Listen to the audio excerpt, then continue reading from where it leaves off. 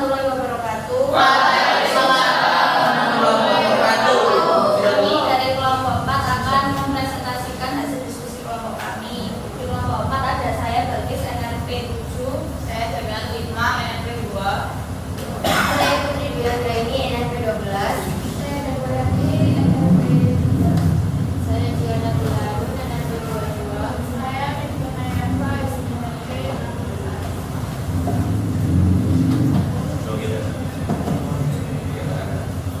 Jadi langsung saja presentasinya. Yang pertama adalah sifat-sifat fisik yang akan disampaikan oleh Dian Koryani.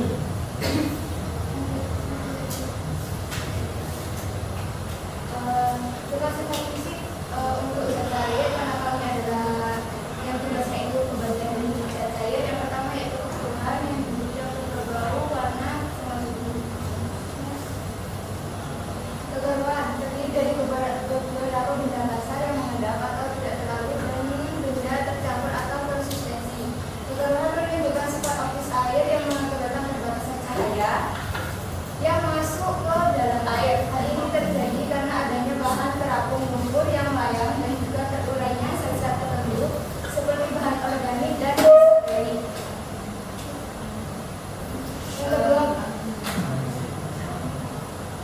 Bau timbul karena adanya aktivitas mikroorganisme yang menguraikan zat organik atau dari reaksi kimia yang terjadi dan menghasilkan gas tertentu. Bau biasanya timbul pada limbah yang sudah lama, tetapi ada juga yang muncul pada limbah baru, misalnya limbah kulit atau limbah penyedap rasa. Yang selanjutnya warna. Warna berasal dari zat warna. Warna juga merupakan ciri kualitatif untuk mengaisi kondisi umum air limbah. Jadi coklat umur air kurang dari 6 jam, warna abu-abu muda, abu-abu setengah tua, tanda air sedang mengalami pembusukan dari bakteri. Jika abu-abu tua sampai hitam berarti sudah busuk akibat bakteri. Warna adalah ciri kualitatif yang dapat dipakai untuk mengaji kondisi umum air limbah, air buangan industri serta bangkai benda organis yang menentukan warna air itu sendiri. Kemudian suhu dari air limbah sangat berpengaruh terhadap kenikmatan reaksi kimia dan tata kehidupan dalam air. Pembusukan terjadi pada suhu tinggi serta tingkat oksidasi yang juga lebih besar. Pengukuran suhu penting karena umumnya instansi pengelolaan air limbah mengikuti proses biologis yang bergantung suhu. Suhu air limbah biasanya lebih tinggi daripada air bersih karena adanya tambahan air hangat dari perkotaan. Berikutnya sifat-sifat kimia. Bahan kimia yang terdapat dalam zat cair menentukan tingkat bahaya keracunan yang ditimbulkan. Semakin besar jumlah zat kimia yang terkandung, maka semakin terbatas penggunaan air tersebut. Sifat kimia terdiri dari kimia organik dan kimia anorganik. Yang termasuk kimia organik adalah zat kimia yang mengandung unsur karbon C, hidrogen H, oksigen O, dan nitrogen N atau dapat berupa protein, karbohidrat, lemak, dan minyak. Kimia anorganik adalah zat kimia yang tidak mengandung unsur tersebut di atas, antara lain besi Fe, krom Cr, mangan Mn, belerang S, dan logam berat seperti timbal atau Pb. Di sini sifat-sifat kimia terdiri dari 1 derajat keasaman untuk pH, yang kedua nitrogen, 3 sulfat, keempat fosfat, yang kelima karbohidrat dan protein, keenam lemak dan minyak, yang ketujuh COD, yang kedelapan BOD. Derajat keasaman yang dimaksud adalah konsentrasi ion hidrogen adalah ukuran kualitas air yang menunjukkan derajat keasaman air. pH yang berkisar sekitar 6 sampai 8 dan 7 itu netral. Semakin kecil nilai pH-nya maka air tersebut semakin asam. Berikutnya nitrogen. Nitrogen dalam air limbah umumnya terdapat dalam bentuk organik yang kemudian oleh bakteri akan dirubah menjadi amonia. Kondisi aerobik akan mengubah amonia menjadi nitrat dan nitrit. berikutnya adalah sulfat. Sulfat dapat diubah menjadi sulfit dan hidrogen sulfida, yaitu H2S oleh bakteri pada kondisi anaerob. H2S bersifat racun dan berbau busuk. H2S dalam kondisi aerob teroksidasi secara bakteriologis menjadi asam sulfat. Gas H2S yang tercampur dengan gas air limbah atau CH2 kali CO2 mempunyai sifat yang korosif. Selanjutnya fosfat. Tingginya kandungan fosfat akan merangsang pertumbuhan tumbuhan air yang berakibat O2 yang terlarut dalam air sungai berkurang. Senyawa ini umumnya berasal dari sisa-sisa deterjen. Karbohidrat dan protein. Karbohidrat dapat berupa selulosa. Pada protein memiliki senyawa kompleks yang mengandung unsur N. Kedua bahan ini menjadi diuraikan oleh bakteri. Kemudian lemak dan minyak dapat ditemukan mengapung di atas air. Lemak merupakan senyawa ester dari turunan alkohol. Kedua bahan ini sangat sulit diuraikan oleh bakteri, namun dapat dihidrolisasi oleh alkali sehingga menjadi senyawa yang mudah larut. Dalam zat ruangan terkandung zat organik dari unsur C, H, dan O dengan unsur tambahan N, S, dan lainnya. Maka BOD merupakan parameter penerimaan limbah yang dapat menentukan derajat kotor air. Berikutnya COD. COD merupakan nilai untuk mengukur kebutuhan kedua dan digunakan dari kimia anorganik. Karena itu dibutuhkan bantuan yang kuat dalam kondisi asam. Nilai COD lebih besar daripada nilai BOD diukur pada senyawa organik yang dapat diuraikan maupun senyawa anorganik yang tidak dapat diuraikan. Besarnya perbandingan COD dan BOD tergantung ada atau tidaknya zat aktif yang membantu kerja bakteri. Oksigen terlarut adalah banyaknya oksigen terlarut yang terkandung di dalam air dengan satuan miligram per liter. Kemudian gerak partikel. Gerak partikel yang paling terkenal yang pertama adalah gerak Brown. Menurut Mose 2014, gerak Brown sendiri merupakan gerakan partikel koloid dalam suatu medium. Gerak Brown semakin cepat dan hasilnya menunjukkan yang menggunakan semakin cepat jika temperaturnya semakin cepat. Tadi sudah dijelaskan oleh kelompok-kelompok sebelumnya bahwa suhu itu memang mempengaruhi yang lebih negatif dari molekul itu sehingga menambah kecepatan molekul-molekul dalam zat cair itu ditumbuhkan.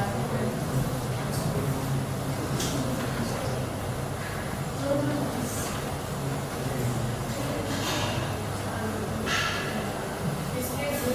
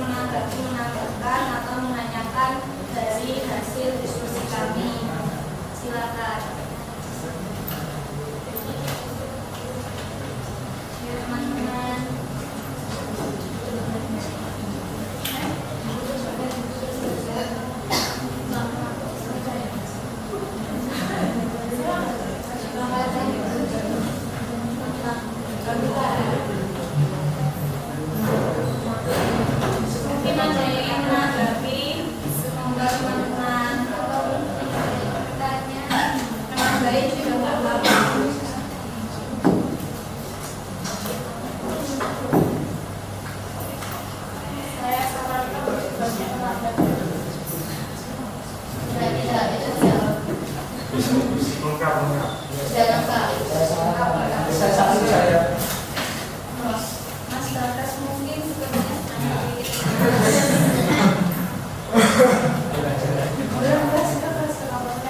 Oke, sedikit pendidikan. Ayo, makan harus paling. Nomor dulu ya. pertanyaannya dulu.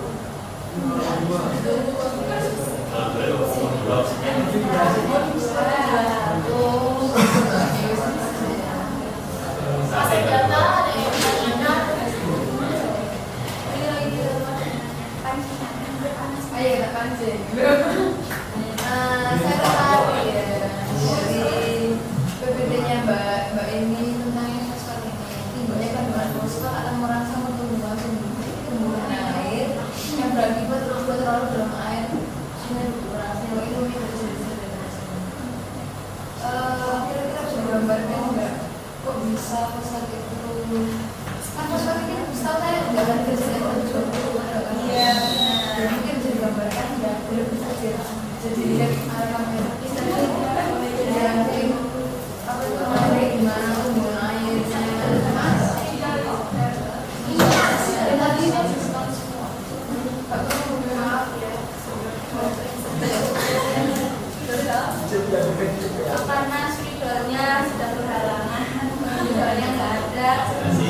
Kami akan mencoba untuk menjelaskan sedikit tentang kenapa kok fosfat itu bisa mempengaruhi permintaan pertumbuhan air.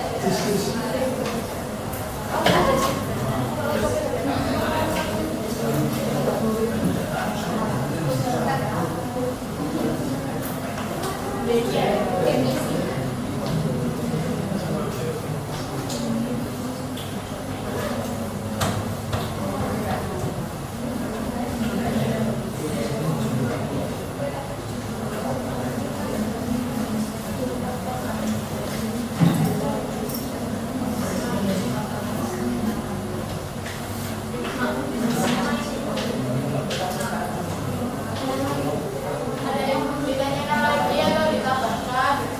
Sudah cukup. Ya, terima kasih. Yang nah, ini kan sebenarnya kita tahu bahwa lemak sama ini kan apa ya, Pak? Ya, itu kan yang mampu karena yang jadi itu kan sudah solusinya itu dapat dihidrolisis oleh alkali sehingga kira-kira lalu itu tolong menjelaskan hidrolisis dengan oleh alkali itu seperti apa? Ceritanya ada lagi Mas Noga silakan tadi mengatakan baru-baru Kepala baik.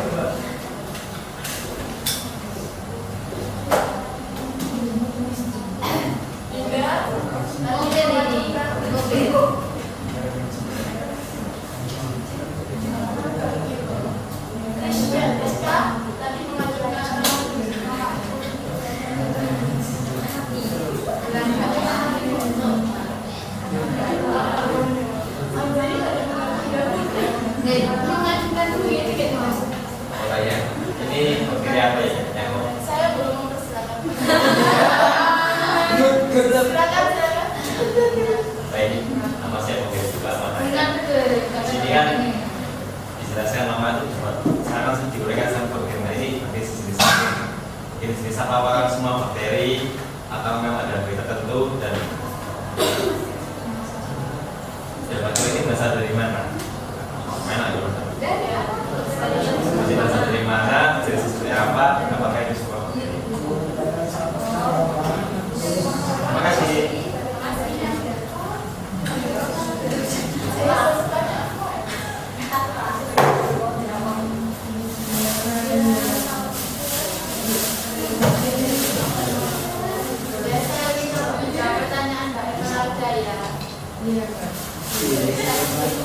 Pertanyaan fosfat kenapa jadi mengurangi kandungan protein di air?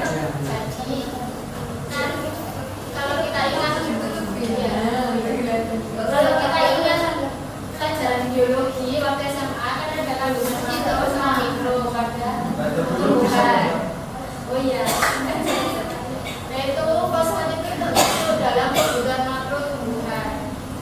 kasus dari itu, kenapa di saat di air ada kandungan fosfat, yaitu tumbuhan. Nah, fosfat itu kan dia dihasilkan dari deterjen.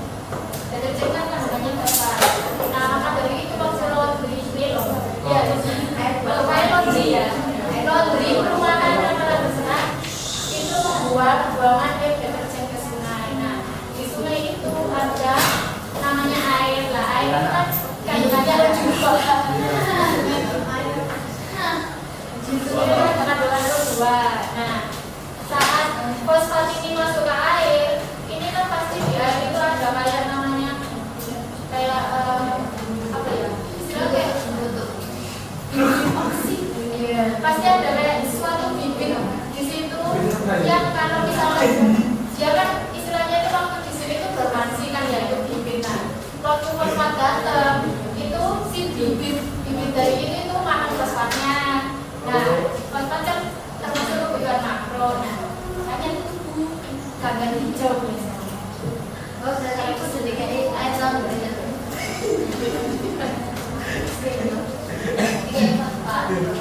Jadi sekarang kalau misalnya fosfat, nah di sungai banyak ganggan. O2 di dalam air itu kan jadinya dia itu terserap dari ganggannya itu, karena itu kandungan air di sungainya itu jadi gak sehat. Dan juga kan ganggang itu menutupi permukaan air. Nah itu O2 kan didapatkan di udara sini atau di matahari juga, karena itu dia itu nggak bisa masuk ke airnya, pasti tutup ganggang. Berarti nggak boleh buang air laundry ya? Buangnya di mana?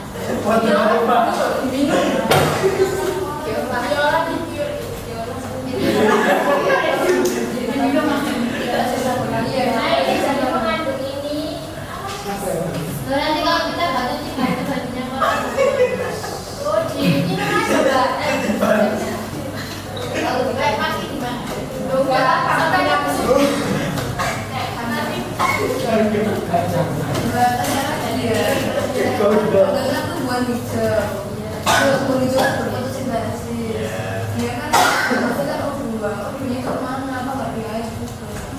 Beda, dia kan istilahnya ke atas.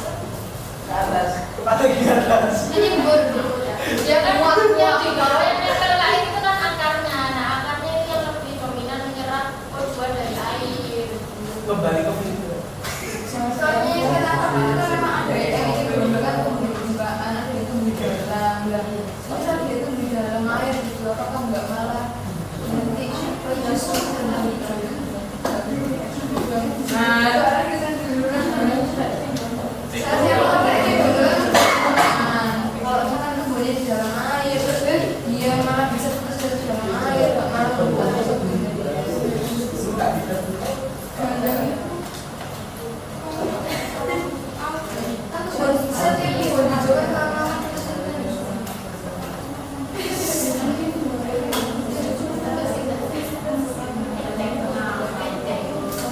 biasanya mau ganggang dan dekatnya. Yang pondok kan termasuk ganggang cari. Jadi dapat saya gimana? Iya, sudah sampai tapi sekarang ternyata di sana ya. Aku pengen itu diagramnya memang belum tahu deh. Kamu ya seperti ini ya diagramnya. Semoga ada banyak. Tidak benar. Ini tuh biar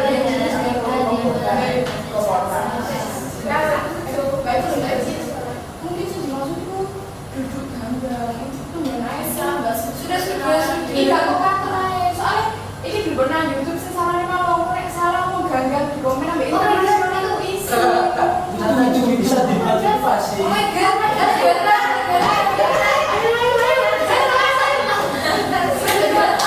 Kerja nyata. oh my god bisa di privasi sampai Ini loh sih, ya aku tak masukkan YouTube itu gambarnya itu kayak presentasi. Jadi langsung jadi itu secara otomatis kita bisa. Jadi Bulfi kita kasih link aja. kok di ini ganggang di proses Tapi dari aku loh presentasi apa unit provokasi itu gampang digoreki tapi nek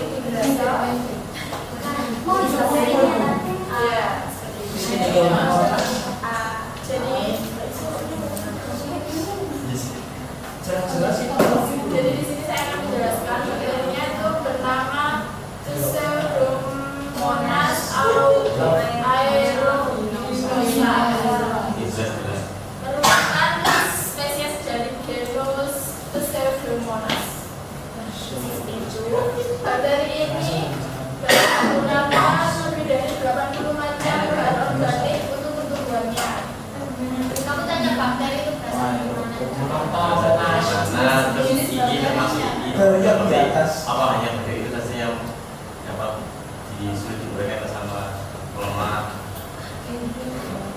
Dari mana? Apakah hanya itu saja yang sulit menguraikan lemak? Hanya itu. Apakah hanya dari itu saja atau bagaimana? Ini maksud dari slide ini itu tentang senyawa bahan ini sangat sulit diuraikan oleh bakteri namun dapat dihubungkan oleh alkali. Maksudnya sulit diurai bukan untuk beberapa jenis bakteri saja, namun kebanyakan bakteri yang tugasnya untuk menguraikan zat-zat organik di dalam air itu kesulitan ketika zat-zatnya itu bentuknya itu lemak. Iya, kebanyakan bakteri tidak bisa menguraikan. Istilahnya itu kalau pakai cara biologis itu kurang efisien daripada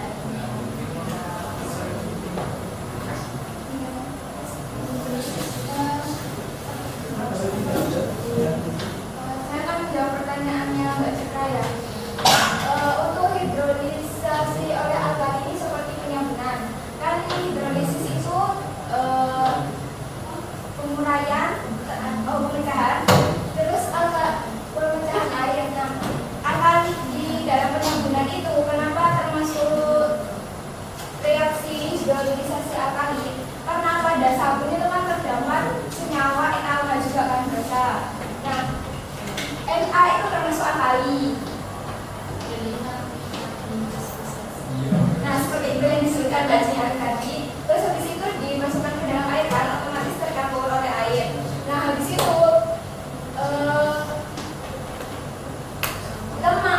lemak sama lemak dan minyak itu kemudian ditambahkan dengan NaOH tadi, penyambunan tadi sehingga menghasilkan asam lemak plus glycerol. Nah, biasanya pada suhu 240 sampai 250 derajat Celcius dengan tekanan 5 sampai 50 derajat. Dengan penyambunan seperti itu. Agar lemak sama minyaknya itu tercampur dengan air.